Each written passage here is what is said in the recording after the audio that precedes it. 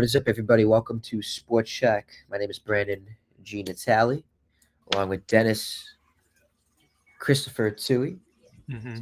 I feel like I'm always stumbling when it comes on. We're doing the intro, and obviously, Yeah. sometimes I struggle. Like, not struggle, but it's like I always seem like I forget, but I know it. Like, I know your middle name. But yeah, Dennis Christopher Tui. Yeah. It's the Friday before the week of Thanksgiving, so I know 6 days away from Thanksgiving. Hopefully, we go on next week. We'll find time to do it. Uh, Yeah, I record. should. I don't know if I have any classes next week. That's good, especially you I deserve definitely have one on Monday. the semester. I know we were talking before the show, but I feel like the semester definitely feels like it's been winding down. Has it? No, not for me. God no. I'm in the thrills of it. I'm in the thrills of battle right now, buddy. Like I'm turning around, I'm seeing my classmates just like go down like F, D minus, and I'm just like, come on. I'm trying to rally the troops. Come on. Really? Is it? That's that. No, I don't know what they're getting. I'm pretty Oh, sure I'm getting the okay. lowest grades in my class, but that's okay. Okay. No, that's again, like I said before when we were chit chatting before, and I think there's one kid I'm doing better than. He's a nice guy, but I don't know how he's ever going to be a teacher. That's crazy. Not hating. He's a good dude. He's a good hang, but No, hey, it is. I kind of feel like it was one of those. He was very good in history growing up, and figured why not.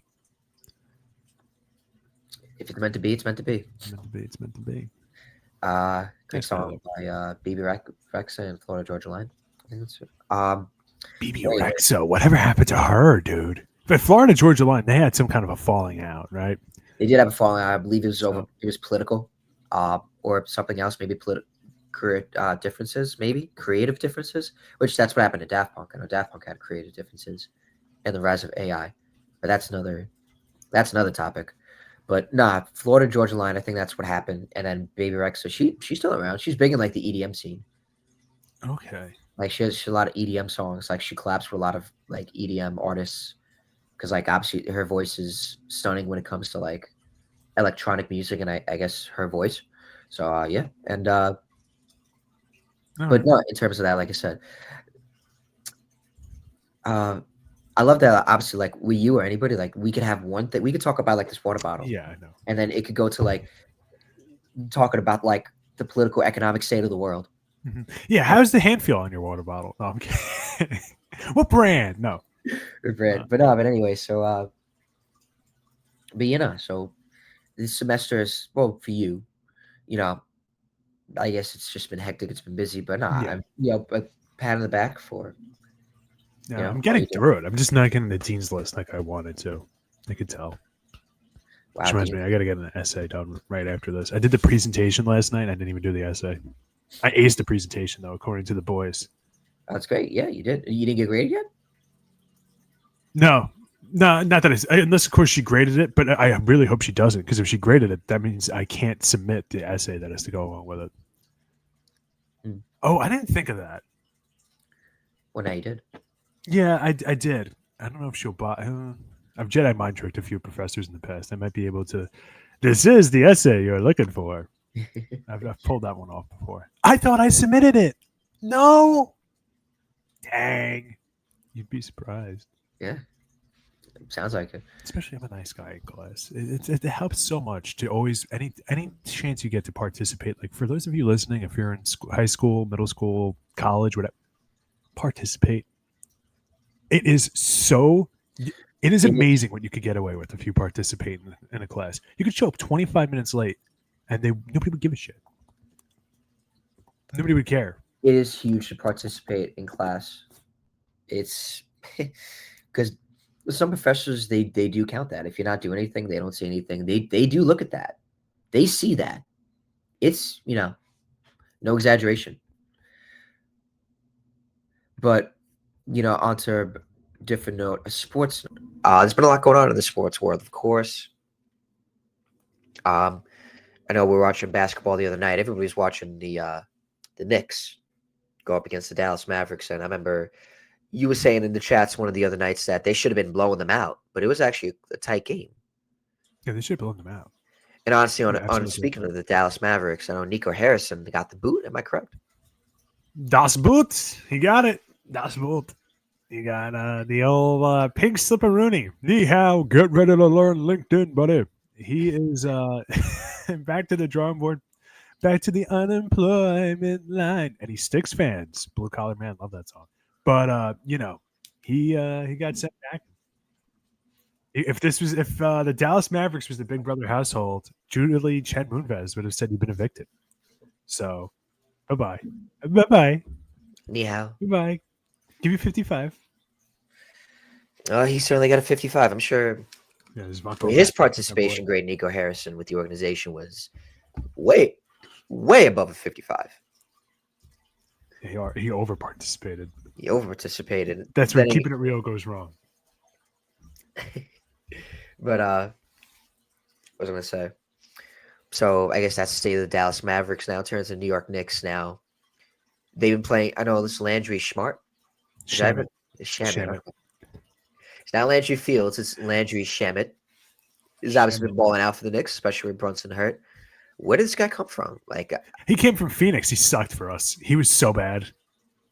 He's a career bench player, and some of those guys, when they're hot, they're really hot, and he's going to cool off at some point, be unplayable. And like that's not me being bitter Suns fan. Right. I promise that's not what it is. Trust me, bro. But Source, trust me, bro. Yeah. Source, trust me, bro. It's not that I'm a bitter Suns fan. No, not at all. But it's just he's very streaky. His entire career, even when he was on Philly and other teams, very streaky. There's going to be times where he'll take 12 threes in the game and make 0. There's times he'll have 3 threes, make all 3 of them, go to the foul line 10 times, like just, incredible games. But when you're a bench player, you can kind of afford to do that. That's the gig. So, hey, it's good for them because they needed him. Now Brunson's back, and that's why I was expecting them to blow out Dallas. You got Brunson back, and you have this guy who's been on heaters lately. So, we'll see. Yeah, we'll see. But in other NBA news, so obviously there's, Giannis is out for 1 to 2 weeks. LaMelo Ball supposedly wants out of Charlotte. He's actually been playing pretty good. Now, the Ball brothers have been around for a very long time. So, actually, LiAngelo almost was captive in Russia. Luckily, China. Luckily, in China. Luckily, America was able to. It was China. Okay, thought it was Russia. My apologies. Luckily, the country, America was able to get him back, and the 2 other players. And then there's Leandro, there's LaMelo, there's Lonzo, who now he's hurt, isn't he? If you're guessing, that's a pretty good guess. He's hurt a lot, and it's a shame because he's actually really good when he plays. He is pretty good. Do you feel like he's better than his brother LaMelo? No. Well,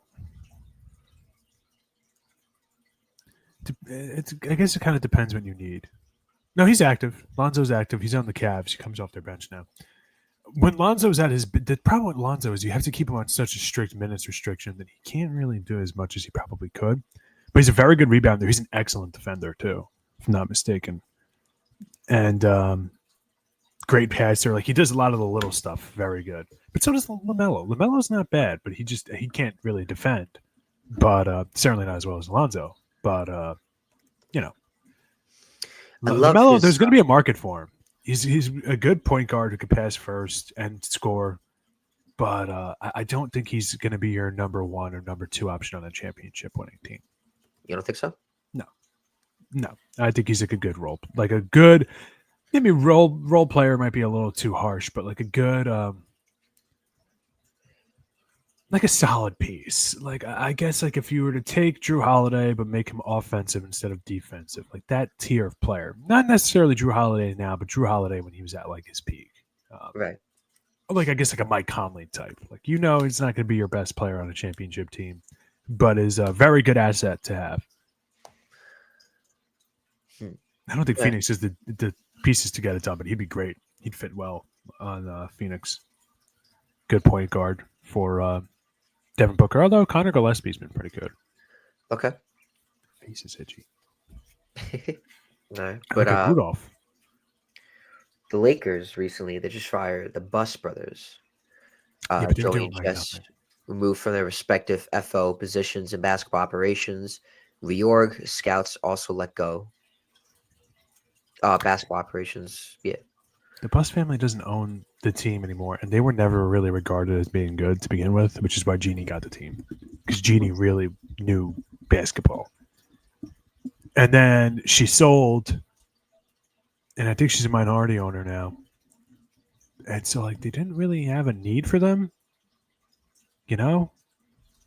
I mean, I don't know. The team's been doing pretty good with Austin Reeves as their best player. Well, him and Luca, but those two have been doing very good. Now LeBron is back. So Now, it's not like the team was struggling. I don't know why they got fired to begin with. It could now, just be that, like, do you guys want to do this anymore? Not really, you know? now Jerry Buss, okay, yeah, that was the owner. He brought them like in that HBO series Winning with time. Adrian Brody and a bunch of other people. A lot of people there in that show. He was obviously that was the owner. Mm-hmm. Yes, Then he was he was a he gave the chemist. team to his daughter. Yeah, Yeah, I don't know. He was a chemist, but he also did a lot in real estate, if I'm not mistaken. If you want he to was get rich, that's the way you do it. You investor, philanthropist, and yeah. you get into real estate. So, but obviously, you said his daughter took over. Mm-hmm. Jeannie. And then she sold the team about a year or two ago now.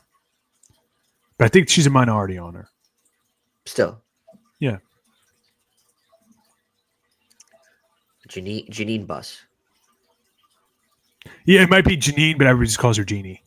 Like it's a Jeannie. nickname. Got you. Joey and Jesse Buss from front office positions. So I guess they still had some type of involvement. Yeah, but it was like those jobs. I could tell you right now, they're not behind the desk every day. Good for them. Have fun. You're rich. You live in LA. Go have fun. That's what's like living in LA, I guess. As long as you can afford it. No, okay. Nah, hey, you know what? It's Well, it's gotten expensive. it's the politics there, and obviously rise of taxes. It's California is definitely not one of the attractive places to go Oh, to. stop.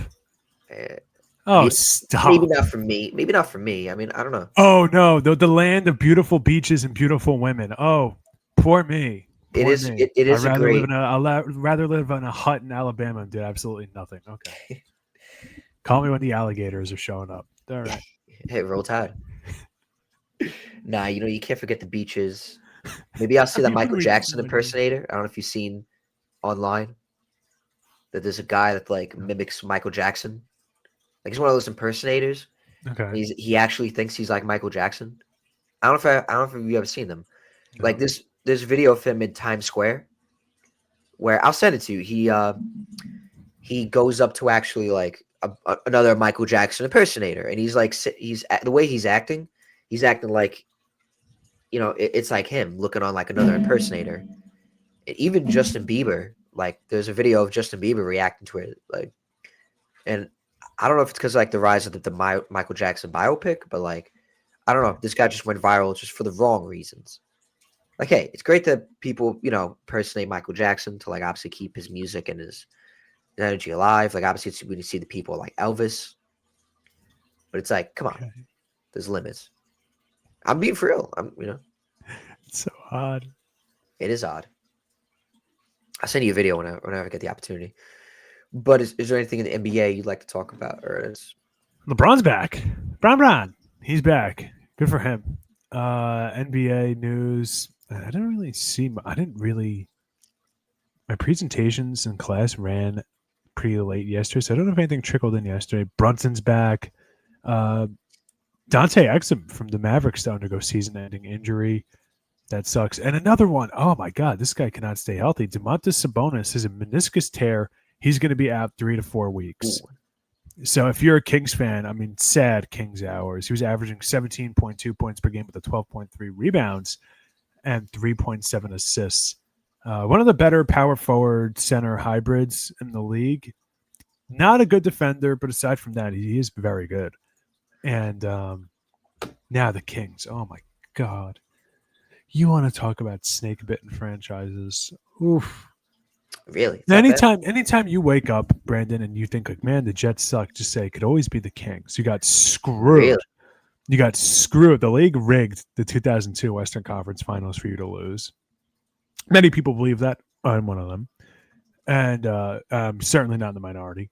If you watch those games, and the Kings, I mean, like I see you put like the Kings worse than the Jets, dude. So much worse. So much worse. That's Imagine being a unreal. team. Imagine being a team with 8 teams in your conference make the playoffs every year, and you hadn't made the playoffs from 2006 until 2023.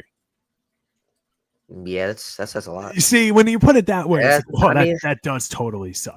I can't really talk either And because my team is so, obviously in a similar drought. In a way, it's getting there. I mean, it's getting there, but the It's thing is, getting like, there. there's less teams that make the playoffs in the NFL. NFL. It's true. It's So true. it's like one of those. Like, as much as it sucks, it's like same thing like the Seattle Mariners. It's like that sucks, but at the same time too, when only 4 teams are making the playoffs for the majority of those years, it's like, oh, that actually kind of makes sense. And it's more of a testament to other teams and how good the sustained success is. Anyway, the Kings have just been so bad. And then they made the De'Aaron Fox trade, which I don't know. It doesn't seem like they're particularly well ran. But since that year with the light the beam stuff, they've been horrible. Oh my God. And they have some guys I like Precious Achua. And I like, DeMar DeRozan's washed. And he can't hit a 3 to save his life, but he's not bad. Zach LaVine is okay. Doug McDermott, I always kind of like Doug McDermott. Malik Monk, I Well, like. Keegan Murray, I like him. Dario Saric, Dennis Schroeder, I thought was one of the best offseason signings. People thought 14 million was too much. I didn't think so at all. He's a great defensive guard.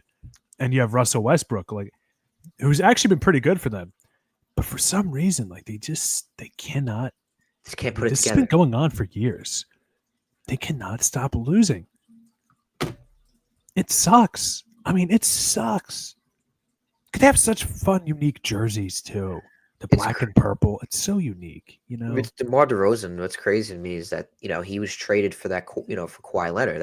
He was part of Mhm. that trade from Leonard to go to Toronto, and it was crazy. They won the championship that year. I mean, hey, that's the business. That's what happens. You got to make the trades to better the team, and uh, and that's essentially what happened. So I just feel bad for him because he never got that ring, in Toronto. Especially he was kind of He was so important to them. It would be like if the Mets won the year right after trading David Wright. right, exactly. He was a cornerstone for that Yeah. organization. So obviously you would think it would be it's hard, because obviously you got to think for the business aspect. But when you got cornerstone players like that, it's tough and it sucks. It definitely hits to the gut when you see players like that get traded.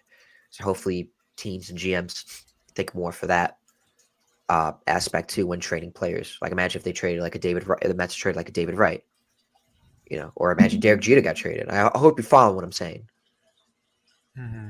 in a way. It's like GMs and teams of any sports got to think wholeheartedly when you thinking about trading cornerstone players. But so the Kings worse than the Jets. I didn't think I was going to hear that today. But moving on, I think we should talk about baseball because I think we're going to talk about baseball. I think we should talk about it now. There's a lot going on. Obviously, as free agency comes around, so much to talk about, especially one thing is for sure. Before I definitely want to talk about that documentary I watched on the Montreal Expos. But we'll talk about that later. It's a really good documentary. I definitely got to fill you in on it because I definitely want to hear your thoughts. I think we talked about it You last can make Monday. time for it. But I just want to tell you about it because I thought it was a really great documentary. I don't know, you're like how I'm an NFL savant. Like I know some baseball, but like you're like that with me with the NFL. You're like that with baseball. Like you're a savant of the MLB. So I definitely want to hear your thoughts on the Montreal Expos and what happened with that, after me watching the documentary. But I want to talk about free agency quick and with the Yankees and the Mets, and obviously just in baseball. 2 weeks Screwball, I know he's supposed to get $400 million. Do you think a pitcher's kind of worth that? That's a lot of money. No, I think that's too much. That's a lot. That's like essentially Soto going for the Yeah, 700 million. that's way too much for Tariq Skubal. You want to hear why it's too much? If you're a position player, you play. We'll say an elite position player will be draw a number. I have a chance to win with them 150 times a year, right? Because I'm going to say you missed 12 games because I want to preserve you, maybe a little injury, hamstrings not feeling right, whatever. We'll just call it an even 150. If Right. you're an elite starting pitcher, 30, 35, 40 Like times I Garrett have a Cole. chance to win with you in a season. So it's not worth that. That is not worth that money. That is not. It's As definitely good as he is, and is he getting close to 30? he's definitely on the rise, and especially obviously winning the Cy Young recently, which we should talk about that too. Like, no pitcher's worth that money. He's 29 years old. What was Garrett Cole when you guys signed him? How old was he? I could find out. I think he was 30. So he's close to the extension. Yeah, he was 30.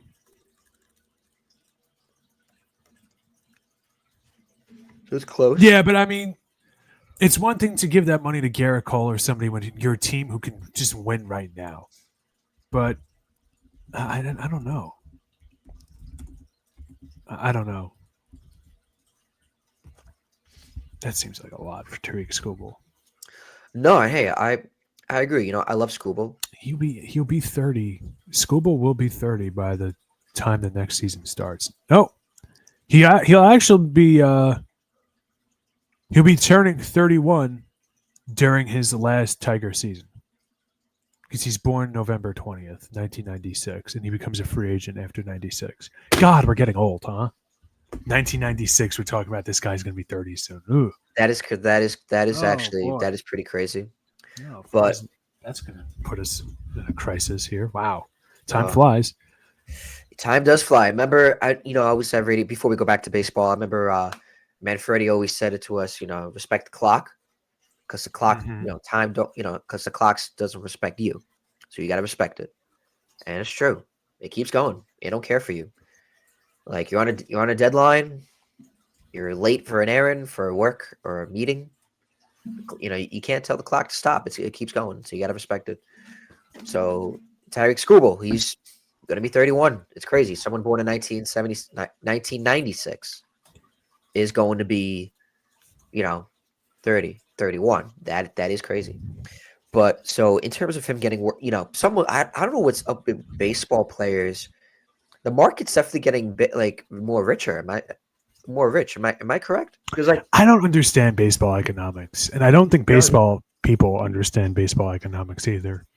What I mean by that is like the way sports contracts are so broken because it shows to me that there's so many people who fail upwards in sports. And what I mean by that is because one player signed one bad contract, now their agent is going to be looking for more than that. Well, this guy's making that much and he's well, better. and you know who you blame that on? The agents. Well, it's Scott Boras. Well, the agents, yeah. Right.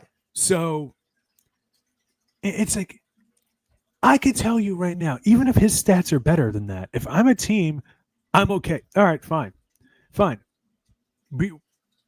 There's 6 teams that make the playoffs now. 2 teams get a bye, so you have to play round one. 4 different teams in the playoffs. Am I right on that? I'm just kind of doing it mentally here. You Yeah, threw right. division, Wild then card, DS, CS, World Series. All right, I'll take my odds that he's not going to be on the team we face. Fine by me. I'm not spending $400 million on the pitcher. That's insane. yeah, That no, is so dumb. Ask the Texas Rangers how they feel about that with Jacob deGrom, who's had a half a good season since they signed him. which definitely. Well, Because speaking he gets hurt. of the Mets, in terms of that, I don't think. I mean, I'm sure people have been saying the Mets would love Tariq Skubal. I don't know if that's Steve Cohen getting involved. Where is the It's money definitely coming for not that? David's. That's ask Steve Cohen. Obviously he's in the financial world. Because like I said, Steve Cohen's in the financial world. I don't think David Stearns or the Mets would want to go after someone like that because, especially his philosophy, the way David Stearns runs, and goes about pitching, I don't think Tariq Skubal is going to be a fit, especially for $400 million. So unless I'm wrong, I've been hearing rumors that they want him, but then again, like I said, I just don't think that's going to work, especially with the Mets got to re-sign Edwin Diaz, Pete Alonso, and all that stuff. But so I don't know. Where do you see Tariq Skubal being a fit? Where do you think he would if it wasn't the Tigers, or would it just be the Tigers? Probably the Dodgers. They have the money. Here's the thing that people don't understand. Steve Cohen is the richest owner in baseball. He is not the richest ownership in baseball. Why? Because the Dodgers have multiple Steve Cohens. They've got so much money. The Dodgers got so much money that they own the Dodgers and the Lakers. If they want someone, they'll go get them. So, I mean, why do you think they're in on every single free agent when they already have a super team made? So, like, yeah, they're worse for baseball than like the Yankees ever were. I don't know why people still go the Yankees by championships. So, not in a long time. But even then, it was very fair the way they did it in the 90s, in my opinion. It's like you're the Cleveland Guardians. You sell out every single team, every single game, and you don't want to pay your players a living wage. I'll take them. And but like the thing is, I don't know who can afford them. If you're asking for $400 million, because teams like the Brewers aren't going to sign him for that. They're a smart team. They're not going. They're going to look at a starting pitcher. Starting pitcher is going to make $400 million. In what, 10 years? A 10-year, $400 million contract for a pitcher? Yeah. Dude. No, I guess that's why they traded Corbin Burns when they did. So, like, what teams are actually going to be in on that? A lot of the teams that are smart, they're going to say that that's such a drastic overpay. Even if you're trying to win now, it's like, oh, overpay now, win tomorrow. No. And like, if the Yankees were like, we're going to sign Tariq Skubal for $400 million, I'd be like, ugh, really? Okay. And he's a good pitcher. Don't get me wrong, but it's like, really? That is way too much money. That is way too much. Unless, of course, he just wants to chase the bag and goes to like a team like the Rockies. Like, we've never had a good pitcher here in our lives. We'll just pay you. Yeah, but I mean, Mike Hampton was good, but Mike Hampton wasn't good. You weren't going to say like Mike Hampton, Cy Young? No. It was like a. He went to the Rockies, right? That was after. Yeah, he went to the Rockies, but that would be like.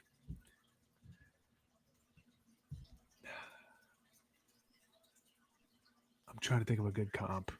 I don't even know which tier he would be on now, but he wasn't like an ace. I guess it'd be like Jack Flaherty. If Jack Flaherty went to the Rockies. But so yeah, I don't know. $400 million for Tariq Skubal is crazy. Yeah, but look at all the Cy Youngs he won and whatnot. It's like, dude, again, like I said, what you're saying is if you're doing that, we'll say 10 years, $400 million. We'll just pencil it in. If they're looking for 400, that's probably the only way you're going to get it. If it's 5 years, 400 million, forget that. Right. Realistically, the way teams are going to look at it is he can win you a game by himself every 5 games of the season, right? But I can use that money to win 4 times out of 5 every game in the regular season, or have a better chance at winning 4 times out of 5 in the regular season. Who wouldn't take that? Right. So that's why the starting pitchers, the real aces, make a lot of money, but they're not making as much as the hitters. Like Vladimir Guerrero Jr., $500 million contract seems crazy, but at the same time too, like I just said, 150 games out of a 162 game season, Vladimir Guerrero Jr. is going to help me win. So 10 minutes on that, maybe a little longer than it had to be, but that's okay. I was talking in circles. No, that's fine. But I know the Mets are interested in Devin Williams.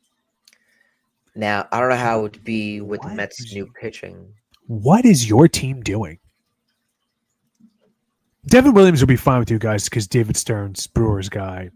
And I feel like They'll I know would each trust other. the coaching staff, even though we don't have Jeremy Hefner anymore. But I don't. Maybe that will That's okay. change. But why not just bring back Diaz? Why even float out that? I know what they're doing. Float out that you could take other people so the player's agent may not ask for as much because they know that there's substitutes available. Economics. But if you're the Mets, why do you constantly outthink yourself? Guys, it's not hard. It's bring not. back Pete Alonso, bring back Edwin Diaz. Well, this team wasn't good enough to begin with. Yeah, okay. Here's one. Have a bench that has good players on it. Here's another one. Have a bullpen. Here's another one. Get starting pitchers. Your pitching rotation sucked. It's true. It's true. I mean, what?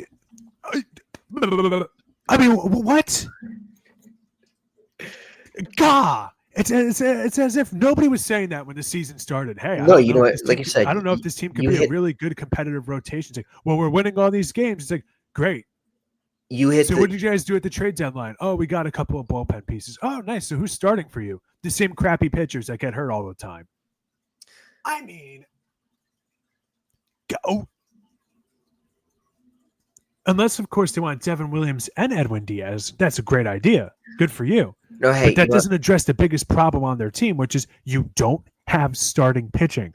Your ace cannot be Kodai Senga, who gets hurt every other day. All right, wait, hold on, Dennis. Let me get a word in. Yes, I'm sorry. No, you good. No, you just hit the hammer on the nail. Like it's exactly you just hit the hammer on the nail. You know, and my God, no, it's true. It's Diaz and Alonso were not the problem. It was like you said, it was the starting pitching. We relied on an injured Sean Manaea, Kodai Senga, who was bad coming off injury, Clay Holmes, who was coming off, from the bullpen, and so we also our bullpen was gassed. We didn't trade for the right players. Tyler Rogers was good, but he's a free agent, and then Ryan Hesley, he's not coming back. Good riddance. So, and like you said, we just needed a better bench, and we just needed to hit. We just needed consistency. So you lose them. What is that going to do? So I'm not going to be surprised when Diaz. It's the news that Diaz signs with the Dodgers. I'm getting ready for it. If I'm the Yankees, I would sign Edwin Diaz in a heartbeat. But it's so stupid.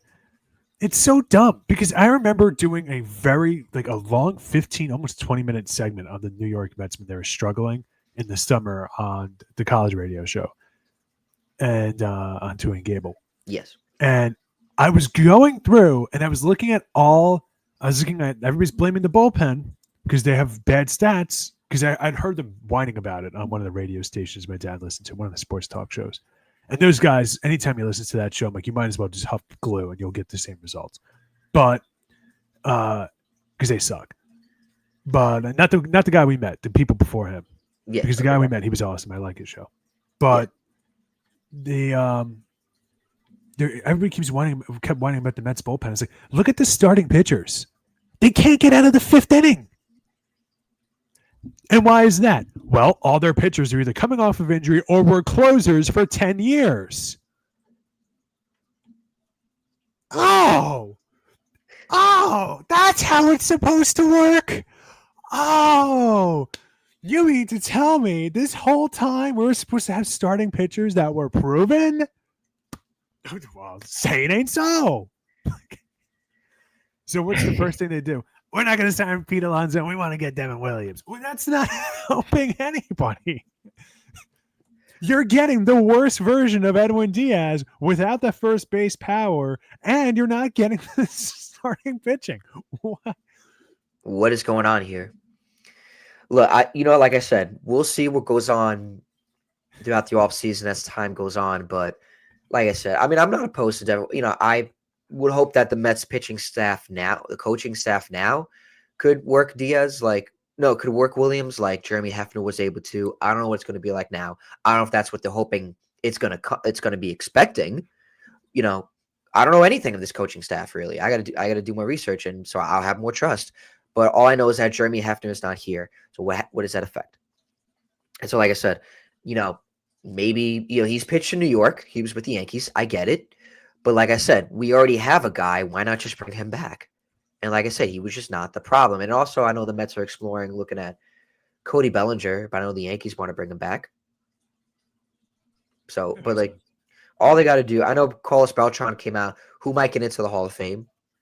Carlos Beltran recently came out and said that the Mets' top priorities are signing back Diaz and Alonso, but we'll see.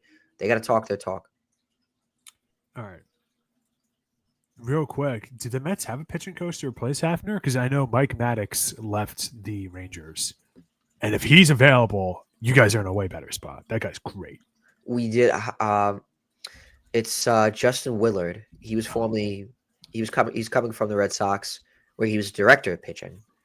And all right, they've got a good program there. So he worked. All right, so yeah, I trust him. All right, so we'll see. But that's I'm sorry, Maddox actually did get hired for the Angels. So we'll see. So hopefully, he has extensive experience in pitching development, have worked in the minor league system for the Twins in 2018-23. So that's good for the Mets in terms of the young pitching that we have with Jonah Tong and Brandon Sprout. Obviously, Nolan McLean. You hope they could get the best. He could get the best out of them, so they could be ready to come to pitch in for the Mets. Yeah, I cannot believe what was the Mets strategy for starting pitching going into the season last year? What were those meetings like? I think David Stearns.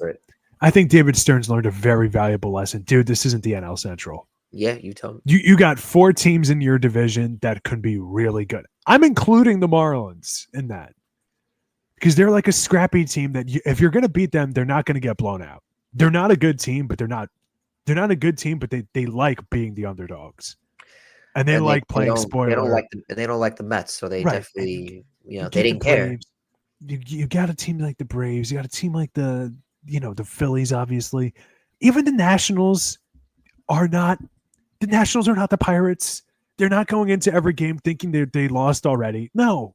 They show up, they play hard, even if they're not going to win. And it's like, dude, I mean, offensively, the Mets weren't bad. Like, you guys should have made the playoffs. That's insane. I know. Playoffs. That's wild.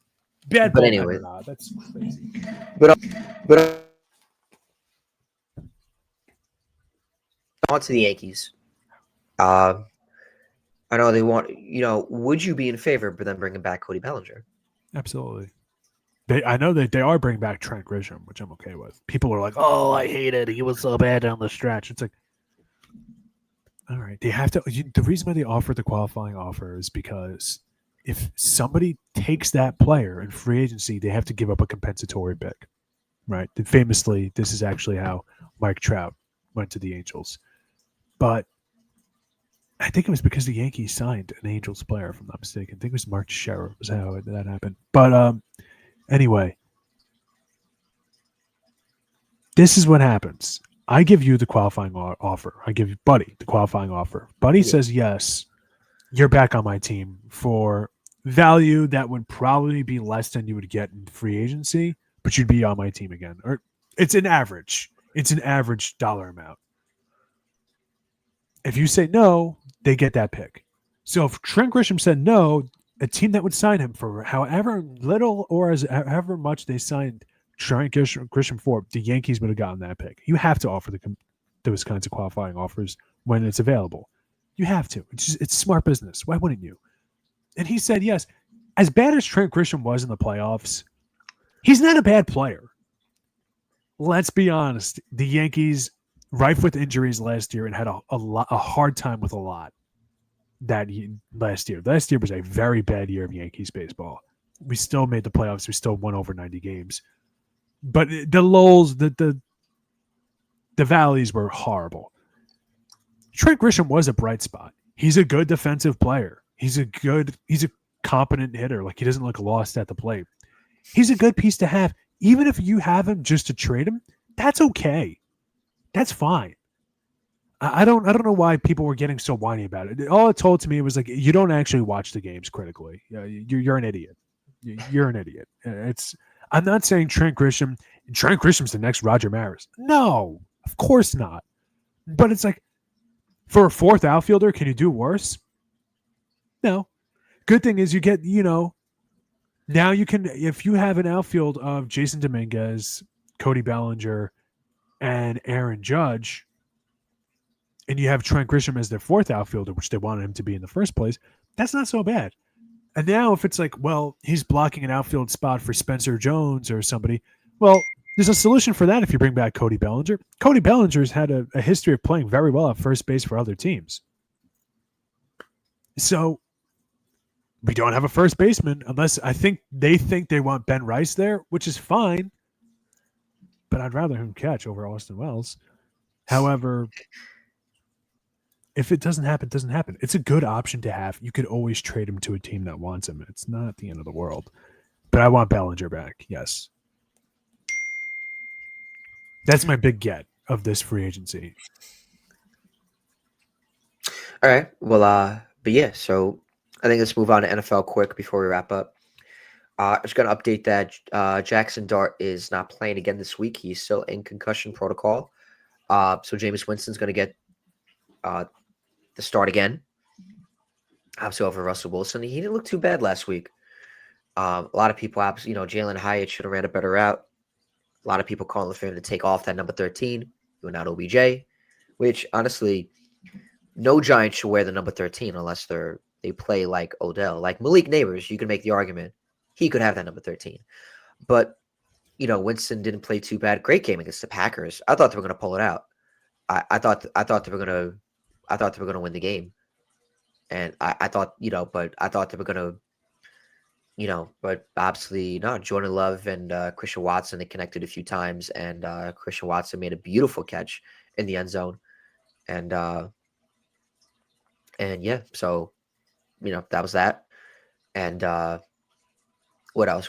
But, obviously you rather see Jameis Winston out there over Russell Wilson. Nothing against Russell Wilson, but he had his turn. And no results really were coming through. You had fans chanting for Jackson Dart while he was starting on, Russell Wilson during the Sunday Night Football matchup against the Chiefs. So obviously Jameis Winston, household guy, great guy, a man that loves God and Jesus. Amen.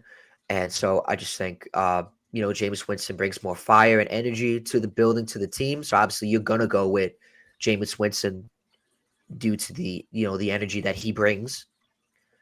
Unless he gets hurt and then you have to go with Russell Wilson. But, I think it's smart for them to keep Jackson Dart out for, not saying for the whole entire season, but you obviously want to be careful and cautious with him. Because like I said, he's been evaluated for 4 concussions now. And so obviously this concussion is definitely really bad. So obviously make sure he's ready to go when the opportunity comes. But for now, Jameis Winston has to start. Yeah, concussions, once you get one, every one you get after it gets worse and worse. So this team's not making the playoffs. I'm mad. I had a little parlay of Giants, Panthers, and Patriots to all go over their projected win total. And that's not going to happen now because of the Giants, but I'm okay with that. Guys, take your time. Take your time. Yeah. And they almost won the Packers game. I knew that was going to happen. I said to my buddy Mike at work, I was like, how do you feel about the Giants? He's like, oh, I don't know. I said to him, I was like, this is the game the Packers always lose. Always lose. Because they can never, they play down. The Packers, I can't take them seriously because they always play down to their level of competition. Always. Always. And I think that's on coaching. But the other thing is, I don't know. It sucks. It sucks because that game was so winnable. And by the way, there was a huge play in that game in the fourth quarter. And I don't know what it takes to get a holding or a face mask called, but Dexter Lawrence literally looked like the chick from The Exorcist right in front of the refs, and they didn't throw a flag on it. And it's like, it sucks because well, you could say that on any play. It's like, against the Giants. I watch a lot of NFL games every weekend. I feel like it always happens against the Giants. And it's like, well, people always say that about their teams, but It's so glaring when it's the Giants because it's only against the teams that are really good. They never get the benefit, and you can watch any Giants Cowboys game too. If you take a shot for any time, there's a horrible call that goes against the Giants. I mean, my God, you look like Keith Richards in 1968. I mean, forget it. So it's just stupid. Like that was such a winnable game. It was right there for us. And Jalen Hyatt, it sucked. I mean, like, how could you not run the right route, dude? Like, you're on the team to be a route runner. Come on, man. Like, it's not even. I'm not mad. I'm just disappointed. Yeah. Like, we had that one. Although that's still. I mean, even then, it would have been in overtime, or we would have had to make a 2-point conversion to win anyway. If I'm not mistaken, I don't have the score in front of me, but what I'm saying is it would have been tough anyway. And the fact that the team is still competitive, even without Scattaboo and, without Jackson Dart and without Malik Neighbors, like, I'm okay with it. Hey, like you said, keep Dart out as long as they can. Yeah. There's, like you said, there's no need. You fired your head coach. The season's lost. You're 2-8. You're not going anywhere. Jets aren't going anywhere. I know that too. But like in terms of the Giants, like you said, what's the rush? Mm-hmm. Like if each concussion you get worse. So like you said, damn, I hate when I get those text messages. So, it wouldn't be smart just to put him out there when it's not needed. So just keep him out for as long as he needs to. Have Jameis out there. Give the Giants fans something to watch. You got no Neighbors, you got no Scattaboo. So Jameis Winston, yeah, that's next thing.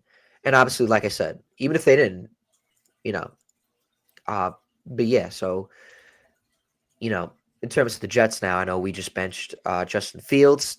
Tyra Taylor's making the start for them on Sunday, and so I like to see how he operates. We kind of have seen it because obviously they almost beat the Bucs in Week 3, but they almost came back. Great game, but so it's going to be interesting to see how they're going to approach the Baltimore Ravens, who didn't have a good game themselves against the Cleveland Browns, who the Jets beat. So I don't think it's going to be a blowout. I feel like a lot of people are going to expect the Ravens to kind of steamroll past the Jets. I don't think so. I know we don't have no Sauce, we don't have no Quinnen, but we have been playing competitive and decent. Like against the Patriots, they were in the game. They were playing scrappy. They were in the game, but the connections on offense weren't getting there. I know there was a lot of drops, but you saw a lot of the game. Justin Fields just wasn't looking like the quarterback the Jets needed during that game. So it's going to see, Tyra Taylor's a more proven quarterback. He's been around the block a lot. He's been a veteran quarterback for at least 14 years now in the league. I remember 15 seasons now, supposedly. So it's going to be interesting to see how he plays against the team that actually drafted him back in 2011. That was the Baltimore Ravens. So a lot of people saying, what is the offense? What is Tanner Engstrand's offense looking like with an actual quarterback? Well, I guess we're going to find out. And I like Tanner Engstrand. I see his press conferences. He sounds more confident, more professional, just more confident as a coach. And that's what I like about him. And I think the offense is schemed good. They just need the quarterback to get him there and exactly the players. So we'll see. But yeah, that's my thoughts on that. Yeah. Anything else you want to talk about before we wrap up? No, I think that does it. You really think you guys got a chance against the? You guys really think you got a chance against the Ravens? I do. I know it's different with Lamar Jackson playing, but we'll see. I don't know. Cleveland's defense is better than the Jets. But listen, I got Lamar Jackson and Derrick Henry on my fantasy team. Same fantasy team in our league. I was thrilled to see the Jets on the schedule. So we'll see. We'll see. But I got my boy King Henry. And I don't think you guys got guys on your team that could stop him. I don't think so. No. And I also want to test your defense. I want to test your defense. How are you going to stop him? Is Zay Flowers playing? Yes. Mark Andrews. Yeah, did you see Mark Andrews play on Sunday? What? That little I fake did. little He was on my runner? bench. He got 15 points on my bench. I can't. If I'm, I won't even be mad at that because he should probably be like a free agent in our league.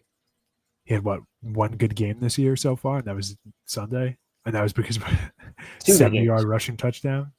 He's been getting better, but Theo Johnson might get the boot. If I had to cut another player, but I'm trying to trade him because I'm trying to get a good player. But then Joe Burrow is coming back, so I kind of would save the spot for him.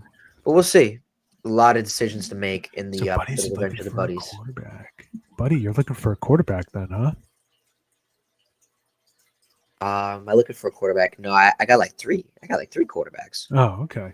I misread what you were saying. I misread the subtext of the sentence you said. And of course, Bucky Irvin not playing for some reason. Something's going on with Bucky Irvin. I don't understand it. The Buccaneers are weird about all their injuries. Same thing with Chris Godwin. I don't know if I even want him as my keeper. You can't have him as your keeper. We're talking about this off air. All right. Hey, guys, it was good hanging with you. Go Devils. Yes, Plain Edge playing in the LIC. Well, they're playing for the LIC. They're in the counties today against Seaford. We're going to see how that goes. I'm actually going to make a video for the SportsShack account talking about the county previews and Nassau. So hopefully I get that done before I go to work. But yeah, and besides that, either way, hope everybody has a great weekend. My name is Brandon Jar Natali, along with Dennis Christopher Tui. Hope everybody has a great weekend. And we will see you before Thanksgiving. Oh, yeah. Oh, hold on a second. I'll keep waving weirdly. Thanks for watching. Don't forget to like, subscribe, and share.